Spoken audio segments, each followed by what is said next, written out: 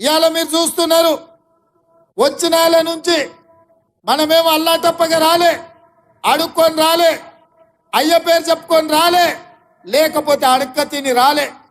నిటారుగా నిలబడి కొట్లాడి కాంగ్రెస్ పార్టీ కార్యకర్తలు జెండా మోస్తే మీరు అభిమానంతో గుండెల్లో పెట్టి చూసుకుంటే సోనియమ్మ మీద, మల్లికార్జున ఖర్గే గారి నాయకత్వం మీద నమ్మకంతో ఇవాళ కాంగ్రెస్ పార్టీని గెలిపించారు. 65 మంది శాసనసభ్యులు ఈరోజు ముఖ్యమంత్రిగా, సిఎల్పి నాయకుడిగా మనల్ని ఎన్నుకుంటే మనం ఇవాళ ఉన్నాం. ఇవాళ సంపూర్ణమైన మెజార్టీతో మనం అధికారంలోకి వచ్చినాం. కానీ వాడొకడు వీడొకడు మోపయ్యి అట్లెట్లుంటది, 6 నెలలనే పోతుంది, 3 నెలలనే కూలుతుంది అని అంటారు. నేను అడుగుతున్న మిత్రులారా, అంత మొనగాడేవాడా నీ రాష్ట్రంలో ఉండా మన ప్రభుత్వాన్ని పడగొట్టేటోడు? ఒకవేళ మన ప్రభుత్వాన్ని పడగొట్టాలని ఆలోచన చేస్తే ఈ పక్కనే కూతవేటు దూరంలో ఉన్నది ఫామ్ హౌస్. కాంగ్రెస్ పార్టీ కార్యకర్తలు అనుకుంటే ఫామ్ హౌస్ గోడలు కాదు, ఇటుక పిల్లలు కూడా మిగిలిన బిడ్డ గోతి తీసి పాతి పెడతారు మా కార్యకర్తలు అనుకుంటే.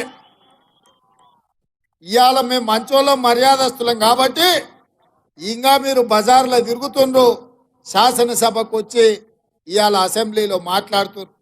ఇవాళ ప్రజాస్వామ్యం మీద గౌరవం, విశ్వాసం ఉండి ప్రజలు ఎన్నుకున్న ప్రభుత్వంగా ప్రతిపక్షాలకు కూడా అవకాశం ఇవ్వాలి.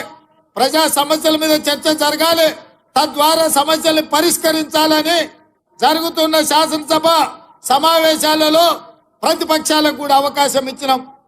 10 ఏళ్లలో ఏనాడైనా ప్రతిపక్షాలకు అవకాశం ఇచ్చిన మాట కనిపించిందా? ఒక దళితుడు బట్టి విక్రమార్క గారు సిఎల్పి నాయకుడిగా ఉంటే 6 నెలలు కూడా ఉండనీయలే.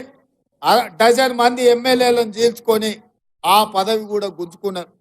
ఇవాళ పేదవాడు పదవిలో ఉంటే ఓర్వలేని మీరు ఇవాళ ఒక రైతు బిడ్డ, రైతు కుటుంబం నుంచి వచ్చిన నేను ఆ ముఖ్యమంత్రి కుర్చీలో కూర్చుంటే మీ కడుపు కాలుతుందా, మీ కళ్ళు మండుతున్నాయా అని నేను అడుగుతున్నా.